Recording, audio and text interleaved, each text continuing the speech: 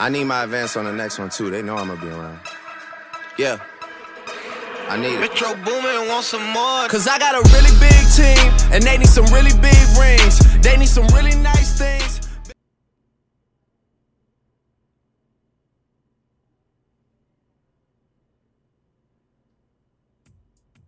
What a life, eh, freak? 1 minute you're playing 21 and horse on the courts in Harlem, and the next moment you're in the showroom, configuring the gunmetal and graphite exterior of your luxury car and your iPad mini. Oh, I bet you get a crazy crowd when you drive that car around the block in the old neighborhood, huh? Yeah, I'm living the dream. Mad pandemonium. But folks from back around the way are real proud of me. Yeah, I hear you. Local kid makes good.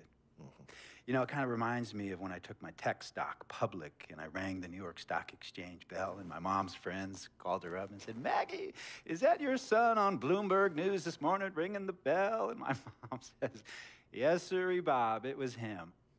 That was a great moment, freak. And you know, our lives are like a pearl necklace of great moments, all strung together with the finest silk thread of memories. And we have to be very careful how we cultivate those pearls and we thread that necklace. Does this meeting by any chance have to do with Vic Van Leer? I grew up in the burbs, freak. I wasn't poor, upper middle class, comfortable. My daddy worked as an accountant for one of the largest insurance firms in the country. Smart with his money. Mom didn't have to work. I went to boarding school. And my dad died of a heart attack when I was a freshman at MIT. I was a movie geek, wanted to be a civil engineer, but I made my fortune by becoming a hybrid of both those interests. My dad didn't want me to be an accountant. Oh, listen to this. My best friend was a guy named Isidore. Yeah, we called him Izzy. He was one of the smartest human beings I have ever met in my life. I mean, Izzy was taking second-year college calculus courses as a high school sophomore, right? Straight-A student, full ride to MIT. Izzy had the world at his fingertips. But he was always looking for trouble, and trouble found him. He ran with the wrong crowd. And when we got to MIT, he got this great job working for a financial consulting firm in Boston. But every weekend, he would fly to Vegas. You see, Izzy had a system for counting cards in Vegas that had the big casinos on the Strip. Oh, stymied. He would come back to MIT with suitcases filled with $200,000 in cold cash. What? Yeah. So your man Izzy was getting hit off like that? Like a fat rat in a cheddar cheese factory, freak. Okay, so what happened to this dude Izzy, because he's dope? No, not dope. Dead. After he'd been missing for 3 weeks, the Nevada State Police never found hide nor hair of Isidore. And our friendship took a hit when he asked me to hang out with him in Vegas, and I said I wouldn't do it because I knew he was on a dark and twisted path in his life. And yes, he was my dude.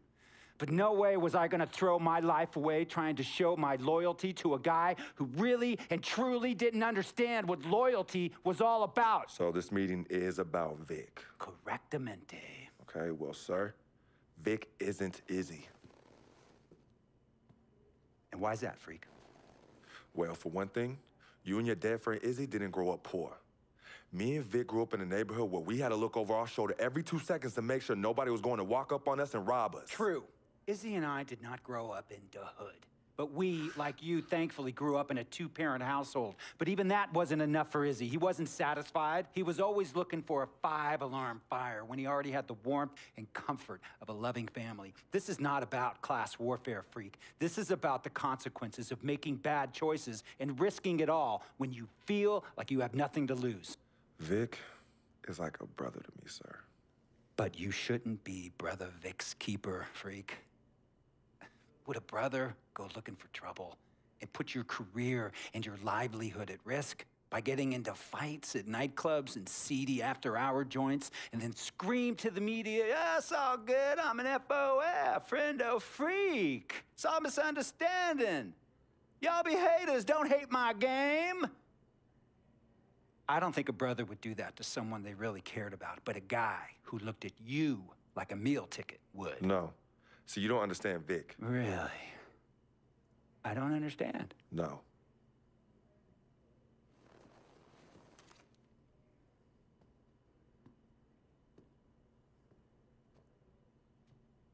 Look, man, it was a misunderstanding with the guy in the next VIP booth. His honey started flirting with me, so naturally I started flirting back. Next thing I know, Captain Cornball's off my grill piece beefing. Next thing he know, he got a two-piece and a biscuit under his left eye.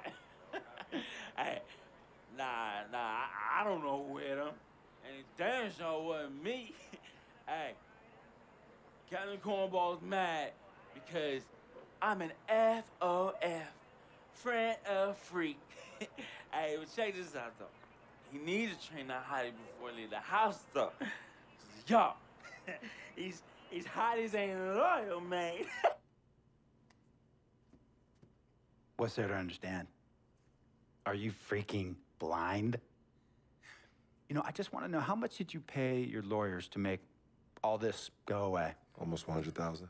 Excuse me, son, I'm sorry, I couldn't hear you. I said I paid almost $100,000. Exactly. And if you keep riding shotgun with Vic, you're gonna go broke. Quick, fast, and in a hurry. Look, Vic is my friend, and I grew up with him. How many times I gotta tell you, sir? Freak, this is not a request. I am not asking you to do this. I am telling you to do this. And the first order of business is that Mr. Vic Van Leer is banned from traveling with you on the road. Vic is banned from the locker room. And Vic is banned from this arena. And if I catch this guy, Vic, in or anywhere near the facilities, Mr. Vic Van Leer will be arrested for trespassing. Are you serious, sir? Brother, I'm as serious as cancer. We all know that can be deadly. You know, when me and Vic were kids, playing summer tournaments at the Dome, we always imagined making it to the pros, right? And after the crowds left, just a street light was on the court, like 11:30, 12 midnight, even 1 in the morning sometimes. We used to practice player introductions, running on the court, giving dap, high-fiving the teammates. Vic, he would act as an announcer. You know, he would introduce me, announce my name on the loudspeaker, and the Jumbotron would flash my image like a little guy dressed in long shorts and a jersey. And now, fresh off his 3-game, 62-point scoring streak, the youngest player to ever do so in NBA history, Frequency Vibrations.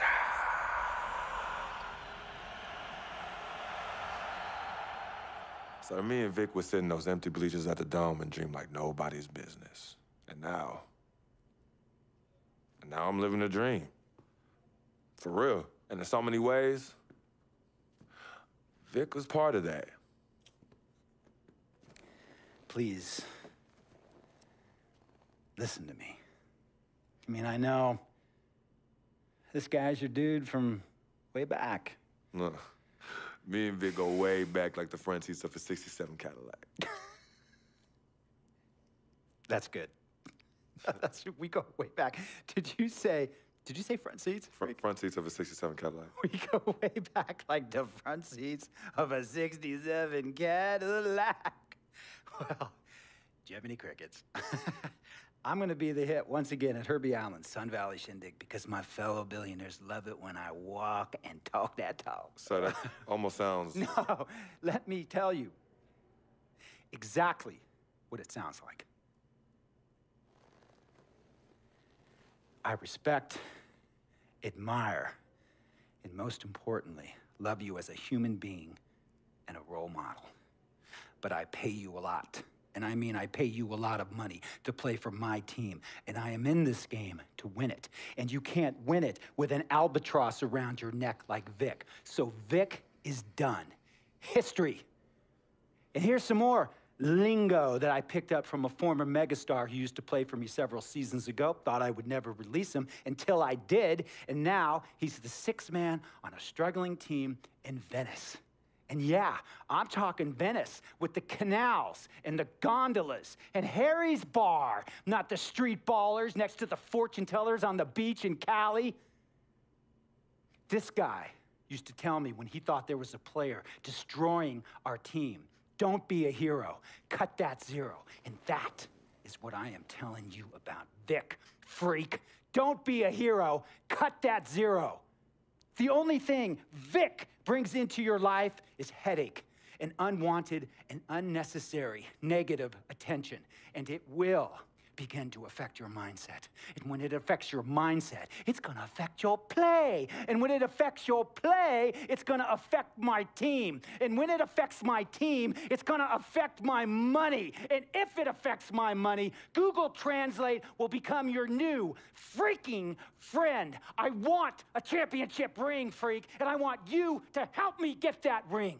And banners after banners hanging from the rafters in this arena.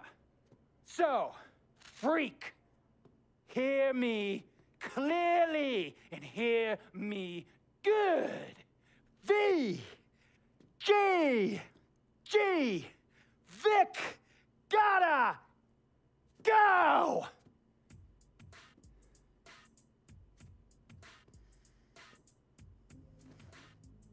Handle your business. And remember, that contract you signed contains a morality clause, a very important clause that revolves around your conduct on and off the court, and how it can negatively impact my team. Now, I don't want you to have to learn Italian or Croatian as a second language. And hey, playing pro ball overseas, there's nothing wrong with that. But the arenas are nothing like this, nor will the money be the same. And on top of all of that, this is the US of A, the greatest freaking country in the world. Ask yourself, is Vic worth all that? Think about it. Think long, think wrong. It's not, and I understand some of his judgments might shadow his actual character. He's not that at all. Man, Vic, let me tell you something. We actually, we have love for each other. We're brothers. Blood couldn't make us any closer at all. I mean, he has so much loyalty to me and to my family. You could see even Cece, has issues with him, but he still loves her. He still loves her.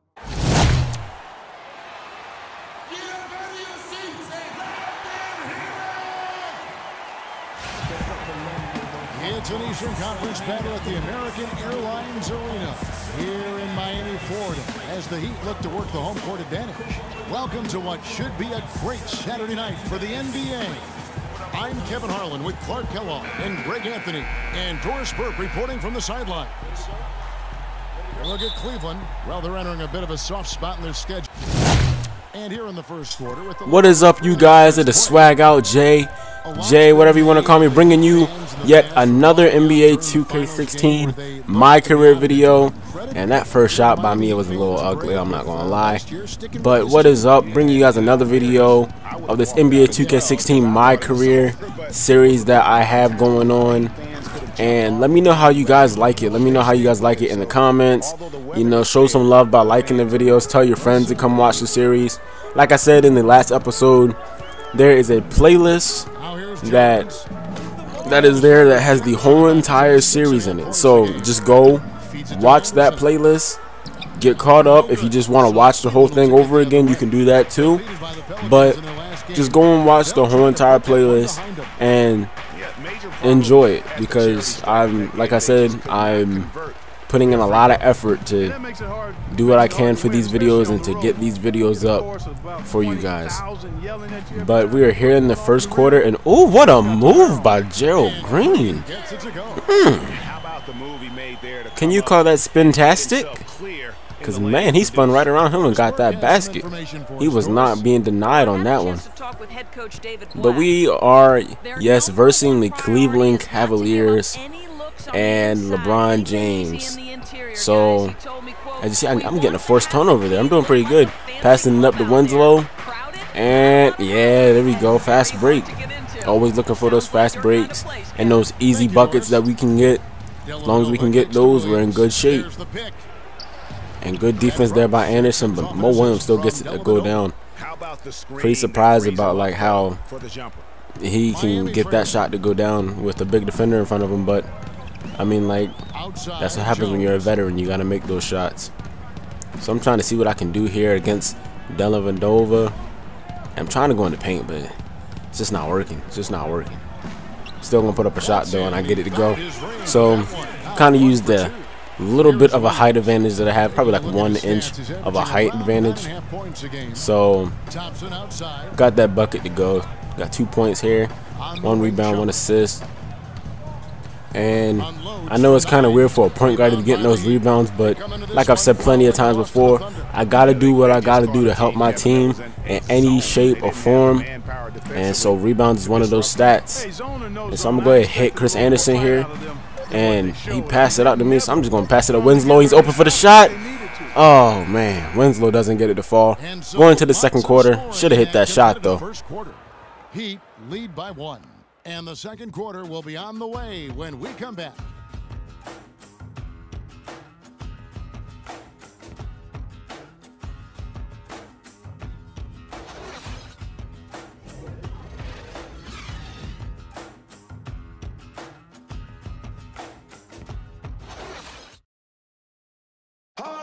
And here's Freak on his experience as a one-and-done college player.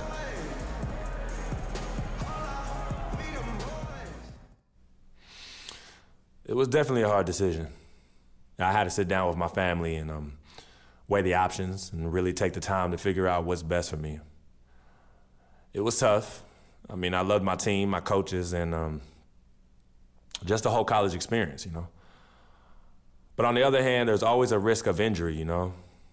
I just felt like I was ready to take my game to the next level, so why wait? And I think it turned out for the best. No regrets. Now with more and more friends checked in for Dwayne Wade. All right, so we're in the second quarter, and we're winning by 1 point once again. And let's just see what we got here. We got Bosch open for that shot. Bam! Let's go, Bosch. You get open, I'll feed you the ball every time, man. Every time. You get open like that because you know that they can't stop you when you be shooting like that and you got that much space. And oh, man. LeBron saw that mismatch he had Bosch on him, so he knows he's got that speed. But we gotta do what we can do to stop that. And so I'm going in the paint, this is rough. This is rough to see. I mean, I already kind of knew that first season was going to be a rough one for me because at this point I'm still a 65. Well, I'm probably a 65 overall, maybe like around like a 66 now. But I knew it was gonna be rough coming in. So I mean, like and it's difficult to get VC on here, honestly, and to rank up and like get your attributes up. Cause see, I picked the inside score, so I looked at it, and your max 3-point for me, at least. I don't know about anybody else. And did I just miss a free throw? Oh my God! You know, the rules, man, the rules. Did I forget about the rules? Oh my God! I missed 2. I guess the rules don't matter no more. Free throws, free points, gotta make them. But I was looking at the attributes and I was seeing what you can max them up to. And if you're an inside scoring point guard, at least, what I saw was you can only get up to a 73 3-point shot. I'm like, that's kind of low. Like, can we have like a 80 at the most? I mean, like a 80, I think it's not the best, but I think it's respectable enough for a point guard trying to get a 3-point game. As I'm getting that and one there, flexing and finessing. Yes, sir. You already know we got to get that and one, and now we have to make this free throw because I missed both of them last time. And oh man, that'd be tragic if I just missed another one. I almost cried. I literally almost cried, guys. That would have been tragic. 1:11 left to play here in the half. But yeah, I was seeing what the max is, and it said that the max 3-point for inside scoring point guard is 73, and I'm like, that's crazy. Like I know they put restrictions and stuff on certain things. But if you are at least trying to get a three-point game, like I know like there's some people that don't want a three-point game. They just want to go inside. But I want to at least have like a decent one. 73 is not decent at all. That's like almost not mediocre.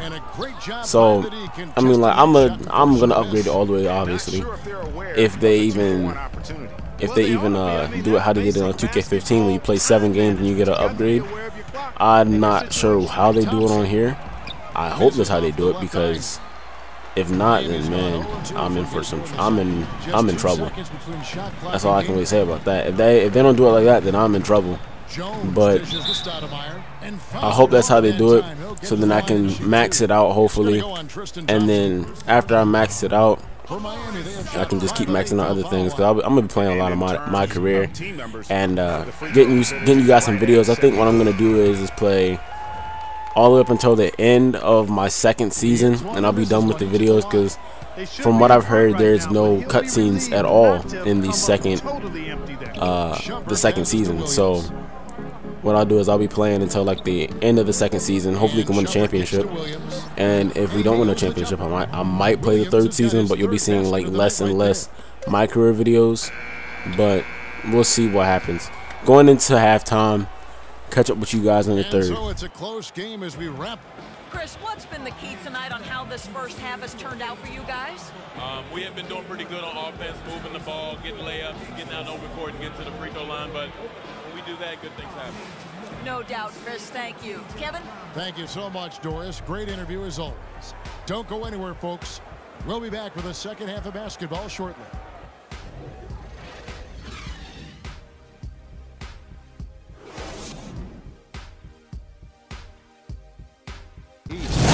Stoudemire is checked in for Whiteside. Gerald Green comes in. All right, so here in the third quarter, we are losing by, well, I was about to say 4, but we're losing by 6-9 after that LeBron James layup. So we gotta come out here and we gotta do something to help our team get this lead. As I'm passing to Bosh, and Bosh has been hitting those shots all day. He's been hitting them all day, man. He's got to be in the zone. I know he's on fire. And look at that defense by me. I'm getting there. Hopefully trying to get a fast break here. And going up for the layup. Oh man, this is not pretty. I can't do this anymore with the amount of shots I missed. They're easy shots too. So I mean, like, I gotta get some upgrades, and you'll mostly be seeing hopefully some better stuff come my second season, because I'm going to be doing a lot to be getting some VC so I can get ready for my second season and thinking about where I probably should go. So we'll see where I go with that one, and what's in store for the second season. But right now the objective is the first season and this game against the Cavaliers. And Bosh open again. Is he going to get this one? That's another one for Bosh. Like I said, he's in the zone. Bosh is snapping this game. He is snapping this game. He's got 17 points. If we just feed Bosh every time he's open like that, or every time, I mean, like, I feel like that we can get some really good points. And I'm getting some good defense there on Shumpert. And let's see what we can do here. Should have hit Bosh there, but there's Green wide open. Green with the 3, and he gets that to fall. My court vision is looking good right now. I'm pretty impressed with myself right now. It's looking really good. Got 6 assists coming off the bench. It's not incredible, but it's better than what I would have thought. And he can't answer back. The three-pointer offline. Miami's gotten going. And now we got a chance for some more easy points. I'm gonna slow it down a little bit though. There's the feed to Jones. Pick and roll offense, you know that's what we do. Passing to Stoudemire. Thought he was gonna cut in, but he just stayed out there. And Wade's gonna get the ball. He's gonna put up the ball. Doesn't get it to go. So we're gonna go into the fourth quarter. Hopefully we can get a comeback here or something. We're only down by 1, I believe. The fourth quarter is coming up next. I realize this. I realize this.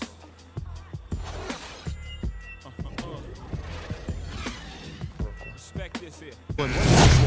This was a very strong showing for him, Greg. Not necessarily a runaway win, but one they'll feel very good about. And let's face it, anytime you can go on the road and win in the fashion they did, you have to feel good about it.